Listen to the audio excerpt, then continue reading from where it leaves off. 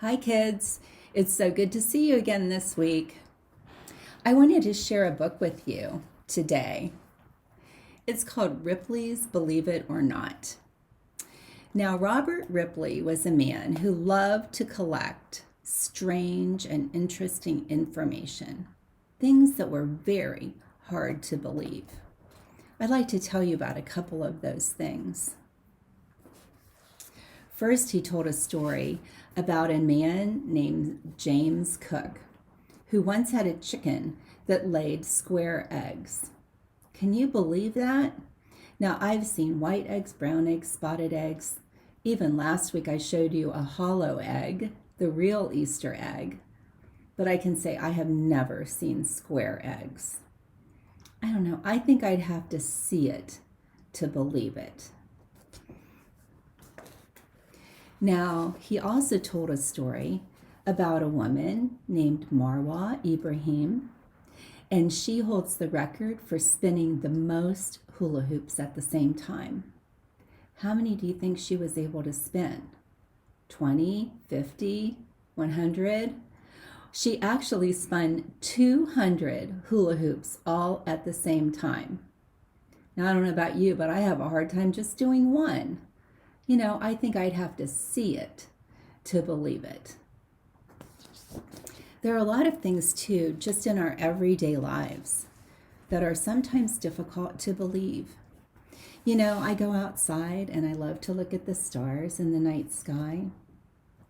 Well, scientists tell us that there are between 100 and 400 billion stars in our Milky Way galaxy, and that they estimate that there are 2 trillion galaxies. Now, that's just mind-boggling to me. The scientists say it's true, and I guess if it's true, but it's still really hard for me to believe. And have you ever just taken time to think about your heart? It just keeps beating day after day. You don't even have to think about it. Your heart beats about 100,000 times a day, about 35 million times in a year.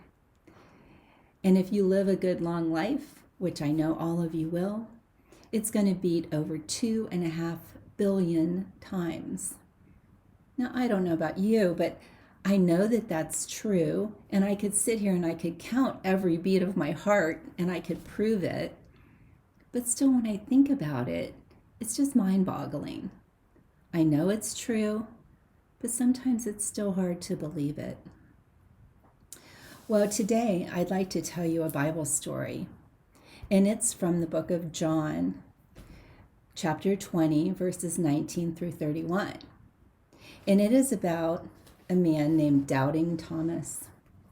Now, Doubting Thomas, wait a minute. This isn't Doubting Thomas. This is my friend Thomas, who is now sporting a very nice cast on his arm.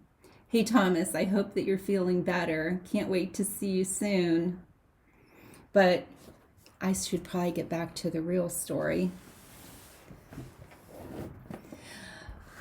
On Easter, the day when Jesus rose from the grave, he showed himself to his disciples.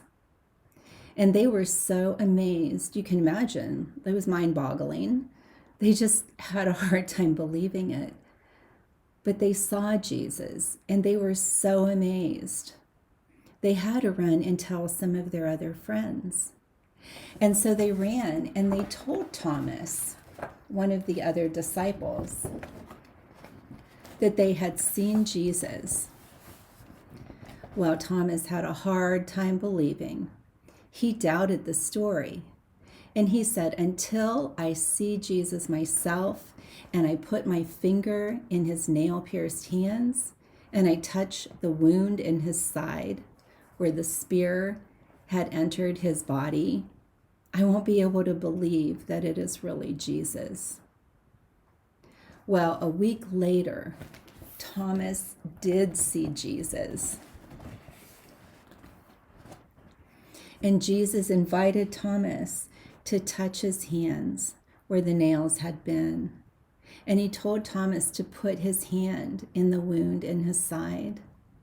And then Thomas believed. Jesus said to Thomas, "Because you have seen me, you have believed.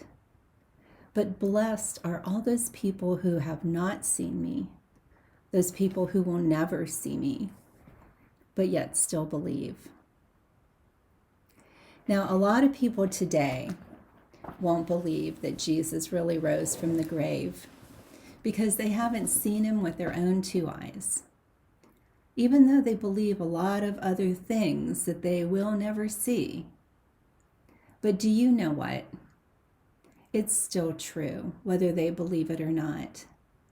You and I have never seen Jesus, but as Christians, we believe. We accept him by faith, and we also believe the stories that are shared in our Bible, stories of people who actually saw Jesus and were able to touch him. We don't have to see it to believe it. So today, take a few minutes and feel your heartbeat. Say a prayer of thanks for your miraculous body. Tonight, go out and look at the stars. Say a prayer of thanks for our miraculous universe. And before you go to bed or any time, say a prayer of thanks to God because he loved us so much that he sent his son Jesus to teach us how to live and how to love. You just have to believe it. So until we meet again, from my house to yours, stay safe and healthy. Hope to see you soon. Bye.